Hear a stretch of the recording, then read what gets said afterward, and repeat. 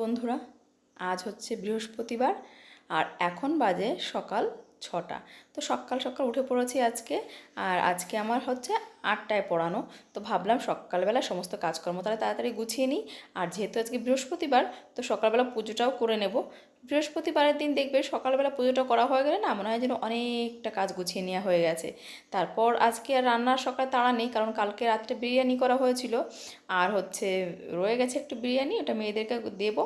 আর আমি আর তোমাদের দাদা দুপুরে যে ভাতগুলো ছিল সেগুলো পান্তা করে রেখেছিলাম, ওই পান্তা ভাতটা খাবো আলু ভাজি করে। তো সেই জন্যই সকালবেলায় আজকে সমস্ত কাজকর্ম গুছিয়ে নিচ্ছি।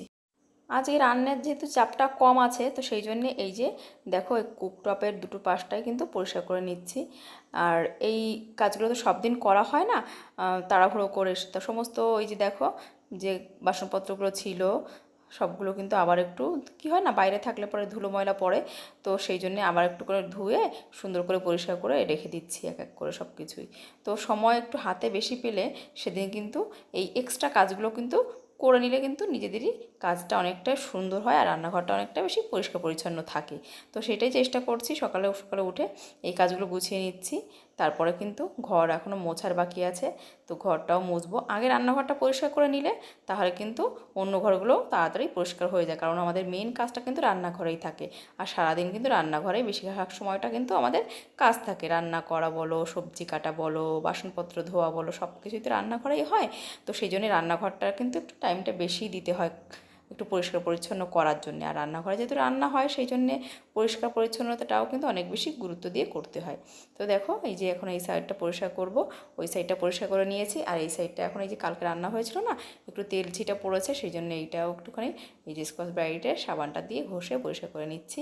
এবার একটা শুকনো কাপড় দিয়ে যখন পরিষ্কার করব একদম চকচকে হয়ে যাবে, তাহলে কিন্তু রান্নাঘরটা একদম ঝকঝক করবে। তো এই কাজগুলো যদি প্রতিদিন নিয়মিত করে রুটিন করে করা যায়, তাহলে কিন্তু রান্নাঘরে কিন্তু আর ওই মানে ডিপ ক্লিনিংয়ের দিন খুব বেশি চাপ হয় না।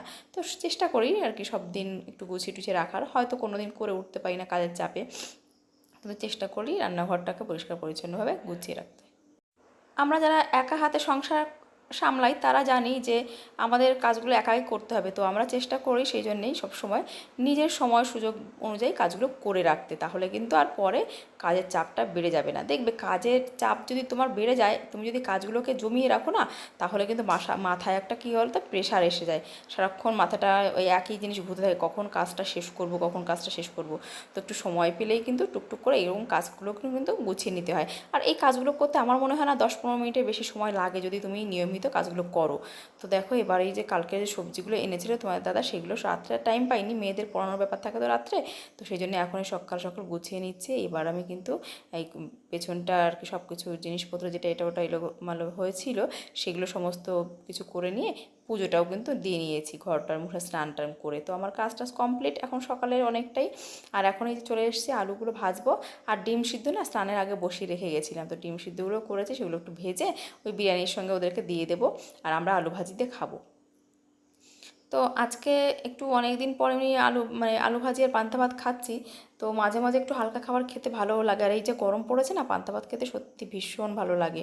তো এখন তো খাওয়া দাওয়া হয়ে যাবে এইগুলো দিয়ে, তারপর দুপুরের জন্য কিন্তু আমাকে আবার রান্নাবান্না করতে আর কি বসাতে হবে। তো দেখো এই যে ডিমগুলোকে আমি ভেজে নিয়েছি, আর এই বিরিয়ানির জন্য এই ভাতটাকে গরম করে নিলাম। আমার মাইক্রোওভেনটা না কি একটা প্রবলেমের জন্য না চালাতে পারছি না। তো যাই হোক আমরা এই যে দেখো বসে পড়েছি, মেয়েদেরকে দিয়ে দিয়েছি এই যে 4টে ডিম ভাজি করে নিয়েছি, আমরা পান্তা ভাত দিয়েও একটু ডিম খেয়ে নেব। তো দেখো দুপুরবেলা চলে এসেছি ছাদে, আর দেখো আমার গাছে কি পরিমাণে লাউ হয়েছে। তো লাউগুলোকে তুলে নিতে হবে, তা নাহলে কিন্তু কচি আর থাকবে না লাউ। তো লাউটা তুলে নিচ্ছি, 3-4টে লাউ আজকে তুলে নেব। আর এই বেগুনটা গাছে হয়েছিল না, সেই বেগুনটাও কিন্তু তুলে নিয়েছি গাছ থেকে এই যে। তো লাউগুলোকে এখানে রেখে এক এক করে সমস্ত লাউগুলোকে আমি তুলে নেব, নিয়ে গিয়ে আর কি ফ্রিজে রেখে দেবো। কারণ হচ্ছে সবজির এখন প্রচণ্ড দাম, তো নষ্ট করা যাবে না সবজি। আর গাছে বেশি লাউ থাকলে না গাছগুলো আর কি নষ্ট হয়ে যায় তাড়াতাড়ি। তো সেই জন্য দেখছি কোথায় কটা লাউ আছে, তো এখানে থেকে 2-3টে লাউ এই যে একবারে পেরে নিচ্ছি। এই লাউগুলো নিয়ে আমি এখন ফ্রিজে রেখে দেবো। আর তারপর আর কি খাওয়া দাওয়া হবে। প্রতিদিন তো আমরা লাউ খাচ্ছি, আজকাল লাউটা শরীরের পক্ষে ভীষণ উপকারী। আর গরমে অনেকটা বেশি আর কি হেল্প হচ্ছে আমার এই লাউ গাছটা থাকার জন্যে। তো দেখো এই যে এখন আমি লাউগুলো নিয়ে চলে এলাম। আর এখানে তোমার দাদা আর মেয়েরা মিলে এই যে দেখো মাটির উনুন বানিয়েছে। তো লাউগুলো নিয়ে এসেছি, এখন আমি করেছি লাউয়ের ভাজি। আর দেখো বেগুন ভাজিটাও করে নিলাম, আর মাছের পেটি ভাজি করেছি। আর এইসব কাজ করে আর একটা তরকারিও করেছি, সেইগুলো দিয়ে খাওয়া দাওয়া করে অনেকটা সময় রেস্ট করেছিলাম। তো রেস্ট করে এখন এই যে দুপুর গড়িয়ে গেছে, তো ভাবছি তাহলে এই বাসনপত্রগুলো ধুয়ে ফেলি, রান্নাঘরটাকেও পরিষ্কার করে ফেলি, কারণ কাজ ফেলে রাখলে তো চলবে না, কাজ তো গুছিয়ে ফেলতে হবে। তো দেখো এখনও কিন্তু বিকাল হয়নি, দুপুর দুপুর আছে। তো মেয়েদেরকে একটু ঘুম পাড়িয়ে দিয়েছি, আমি একটু শুয়ে নিয়েছি, তারপরে কিন্তু এখন এই যে কাজকর্মগুলো গুছিয়ে নেব। তো দেখো সমস্ত বাসনপত্রগুলোকে এই যে বড় এই যে গামলাটা নিয়ে এখন যাচ্ছি ছাদে, কারণ অনেক বাসনপত্র হয়েছে। তো ভাবলাম ছাদে গিয়ে একটুখানি বাসনগুলো মেজে নিই। তো আগে তো আমি শীতের দিনে বাসনপত্র ছাদেই মাজতাম আর কি, এখন এই যে গরমের জন্য আর নিচে মানে উপরে আর আসতে ইচ্ছে করে না। তো যাই হোক বাসনপত্রগুলোকে সব ধোবো। আর ছাদটা অনেক দিন ধরে না নোংরা হয়ে আছে, ছাদটাকে আজকে ভাবছি একটুখানি পরিষ্কার করে নেব। ছাদটাকে অগোছালো থাকলে একদম ভালো লাগে না। ছাদে একটু গাছপালা লাগালে দেখবে পাতা টাতা বেশি পড়ে, আর আমার মেয়েরা তো মাটি নিয়ে খেলা করে, গাছের পাতা ছিঁড়ে খেলা করে, সেই জন্যে ছাদটা আরও বেশি আর কি নোংরা হয়। তো সেই জন্য একটু পরিষ্কার করে নিতে হয়। আর বাচ্চারা কী করবে বলো, একটু খেলা করতে যদি না দিই তাহলে তো চলে না। স্কুলের সামার ভ্যাকেশন চলছে, ছুটি, তো বাড়িতে কী করবে সারাদিন, সেই জন্যে একটু আর কি ছাদে এসে ওরা একটু খেলা করে, একটু গাছের পাতা ছেড়ে এইটা করে, খেলা টেলা করতে গিয়ে নোংরা করে ফেলে ছাদটাকে আরও বেশি। তো সেইগুলো কিন্তু আমাকে পরিষ্কার করতে হয়। আর ওরা না নোংরা করলেও কিন্তু গাছের পাতা বলো, ডাল পড়ে, এটা ওটা করে কিন্তু আর কি ছাদটা নোংরা হয়েই থাকে, ধুলো বালি, তাই না? তো সেই জন্যে ছাদটাকেও কিন্তু পরিষ্কার করার আর কি লাগে আমার। দিনে একবার কি দুবার তো আমি মানে দুবার দিতে না পারলে একবার তো মাস্ট আমি ছাদ ঝাড় দেবই প্রতিদিন। ওইটা আমার একটা রেগুলার কাজের মধ্যে পড়ে। গাছে জল দেওয়া, গাছে পরিচর্যা করা, এগুলো করতে নিজেরও ভালো লাগে, সময়টা কেটে যায়। অনেকে বলে সময় কাটে না, কি করবে খুঁজে পায় না, সময় কাটে না, এর বাড়ি ওর বাড়ি যায়। তোমার দাদা ওই জিনিসটা একদম পছন্দ করে না, আর আমিও না উপচে কারো বাড়ি যাওয়া বা ফালতু পরচর্চা করে পরনিন্দা করে সময় কাটানোকে একদম পছন্দ করি না। তার থেকে মনে করি একটা গাছ লাগালে সেই গাছটা আমাকে এক ফোঁটা অক্সিজেন দিলে, মানে এক এক বিন্দু অক্সিজেন দিলেও দেবে, তাই না? তো গাছ লাগালে দেখবে মনটাও ভালো থাকে, আর এই আননেসেসারি সমস্যাগুলো কিন্তু হয় না। দেখবে কারোর সঙ্গে কথা বলতে গেলে তুমি একটা কী কথা বলবে ভেবে সেই কথাটা দিয়ে আরেকজন একটা বড় কথা বানিয়ে চারিদিকে রটিয়ে দেবে। তো কী দরকার আছে অন্যের সঙ্গে সময় ফালতু কথা বলে ঝামেলায় জড়ানো বা সময় নষ্ট করা? তো সেই জন্য এই গাছপালা নিয়েই থাকি। আমার অনেকটা ভালো সময় কাটে এদের সঙ্গে, গাছপালার সঙ্গে। আর এখন তো মেয়েরা বাড়ি আছে বলে সময় এমনিই কেটে যাচ্ছে। তাছাড়া যখন মেয়েরা বাড়ি থাকে না, স্কুলে থাকে, তোমার দাদা কাজে ব্যস্ত থাকে, আমি তো এই গাছপালা নিয়েই তো আমি থাকি। এই ছোট্ট চ্যানেলটা আর এই গাছপালা, এইগুলো হচ্ছে আমার জীবনে একাকিত্ব আর কি, আর কাছে ঘেঁষতে দেয় না। তো সেই জন্যে গাছপালার সঙ্গে থাকলে দেখবে মনটা সত্যিই ভালো থাকে গো, অনেক ভালো থাকে। আর মানে দুশ্চিন্তা বলো, বদ আর কি চিন্তা ভাবনাগুলো কিন্তু মাথায় আসতে পারে না। তো দেখো গাছপালাগুলোর থেকে কত কত পাতা বেরিয়েছে, আর এই পাতাগুলোকে সব কিছু পরিষ্কার করে না রাখলে না বাগানটা ভালো লাগে না। গাছে দেখবে মরা পাতা ঝুলে থাকলে ভালো লাগে না। তারপরেও আমার লাউ গাছে কিন্তু বেশ কিছু মরা পাতা ঝুলে আছে।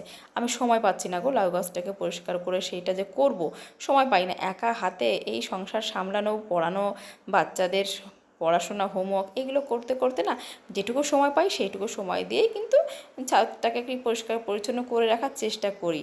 আমি হয়তো পারি না মানে সম্পূর্ণভাবে সর্বাঙ্গীন সুন্দর করে করে রাখতে, তবে আমি যেটুকু পারি সেই নিয়ে আমি খুশি থাকি। আমার যেটুকু সামর্থ্য তাতেই আমি খুশি। আমি অনেকের মতো হয়তো খুব সুন্দর পারি না, তবে আমি যেরকম পারি সেই রকম, মানে আমার যা আছে আমি যেমন তেমন নিয়েই আমি খুশি। আমি অন্যের দিকে তাকিয়ে নিজেকে কখনো হীনমন্যতায় ভুগতে দিই না। আমি মনে করি ভগবান যাকে যেমনভাবে দিয়েছে, যেমনভাবে তৈরি করেছে, সে সেই রকম সুন্দর। সবারই জীবনে কিছু ভালো কিছু আছে, প্রত্যেকের কাছে কিন্তু ভালো গুণ খারাপ গুণ দুটোই আছে। তো ওই জন্য নিজেকে নিয়ে আর কি হীনমন্যতায় ভোগার কোনো কারণ নেই, আর অন্যকে নিয়ে অন্যকে ছোট ভাবারও কোনো কারণ নেই, তাই না? প্রত্যেকের মধ্যে ভালো মন্দ আছে, আমাদের চেষ্টা করা উচিত আমাদের বেস্টটাকে সবার সামনে তুলে ধরার চেষ্টা করা, আর আমাদের ভালো গুণটাকে দিনে দিনে বৃদ্ধি করার চেষ্টা করা। তো সেটাই করছি।